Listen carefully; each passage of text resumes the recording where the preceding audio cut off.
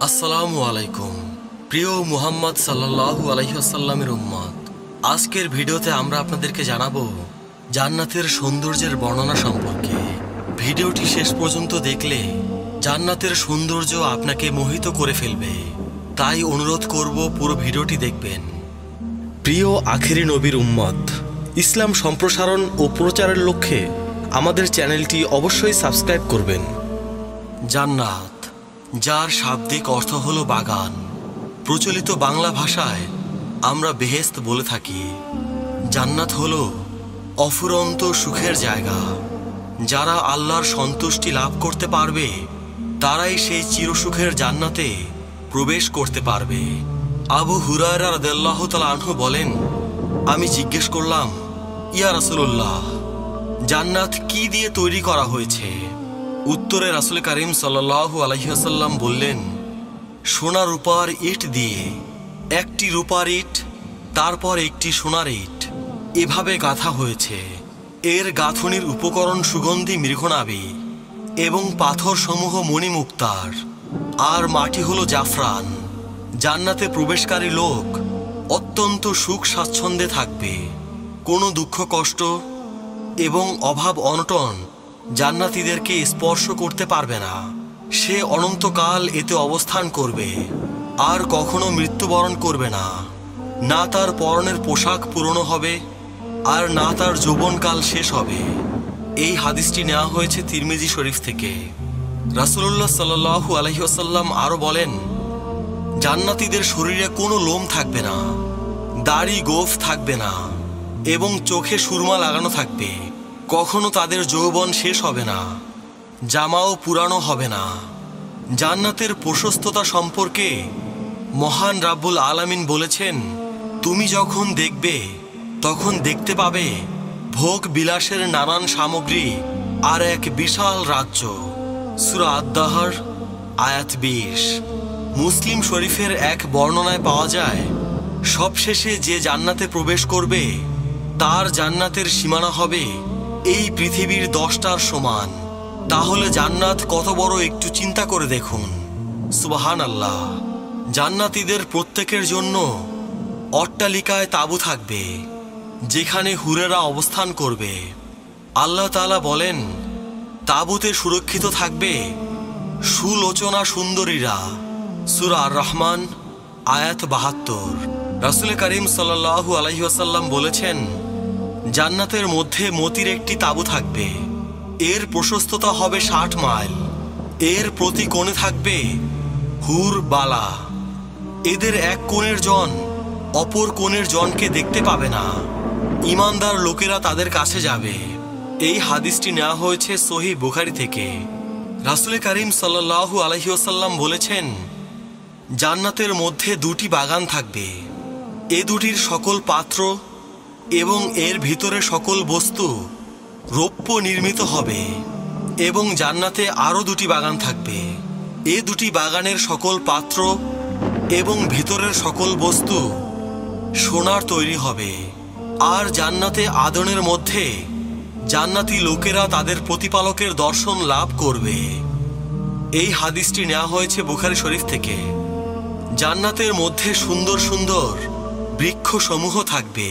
জান্নাতের বৃক্ষসমূহ কাঁটাবিহীন হবে ও তাদের ছায়া অনেক লম্বা হবে। আল্লাহ তাআলা বলেন, আর ডান দিকের দল কত ভাগ্যবান, তারা থাকবে কাঁটাবিহীন বরই গাছগুলোর মাঝে।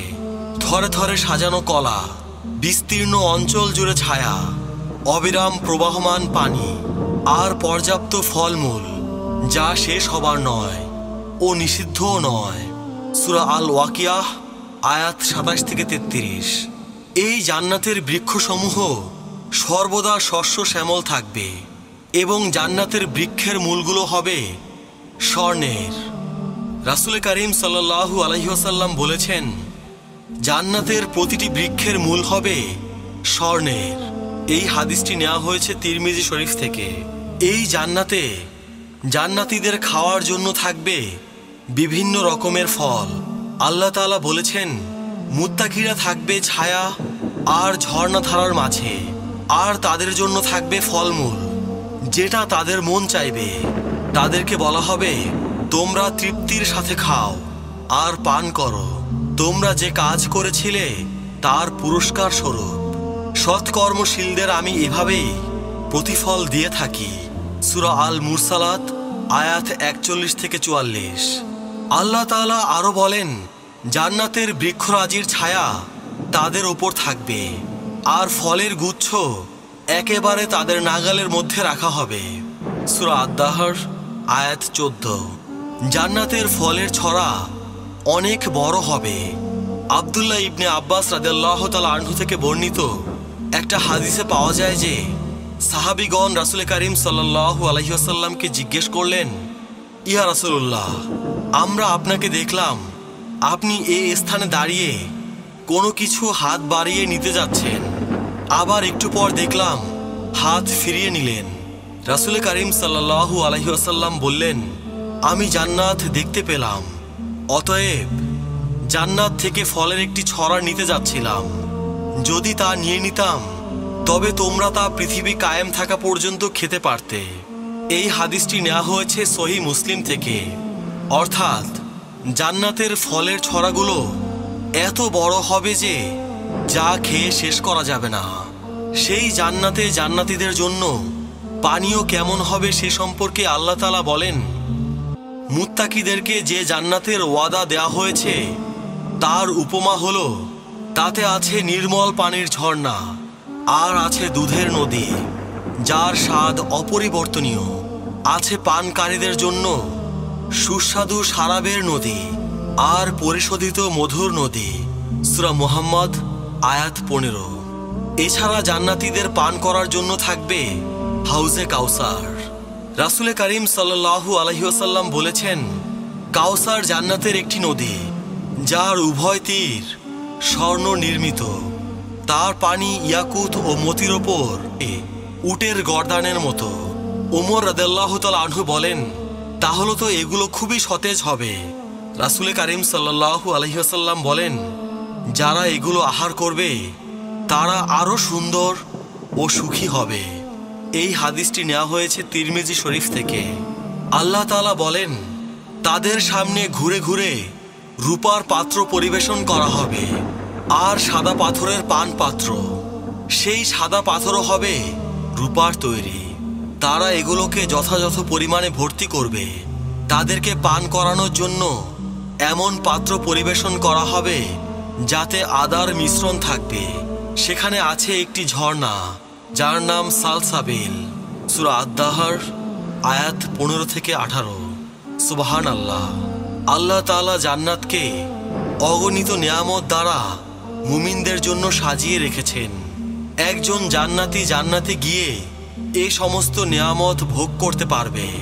প্রিয় মুসলমান ভাই ও বোনেরা, জান্নাতের গুণাবলী বর্ণনা করে শেষ করা যাবে না। তবে কোরআন ও হাদিসের মধ্যে স্পষ্টভাবে যেগুলো পাওয়া যায়, ইনশাল্লাহ একের পর এক সেগুলো ভিডিও আকারে আপনাদের সামনে আলোচনা করার চেষ্টা করব। প্রিয় মুসলমান ভাই ও বোনেরা, আজকের ভিডিও এ পর্যন্তই। ইসলামের স্বার্থে চ্যানেলটি সাবস্ক্রাইব করতে ভুলবেন না। আর আরও কিভাবে আমরা ইসলামের জন্য কাজ করতে পারি সেটা কমেন্ট করে জানাবেন। আপনাদের পরামর্শের অপেক্ষায় থাকব। সবাই ভালো থাকবেন। আল্লাহ রাব্বুল আলামিন আমাদের সবাইকে হিদায়াত দান করুন।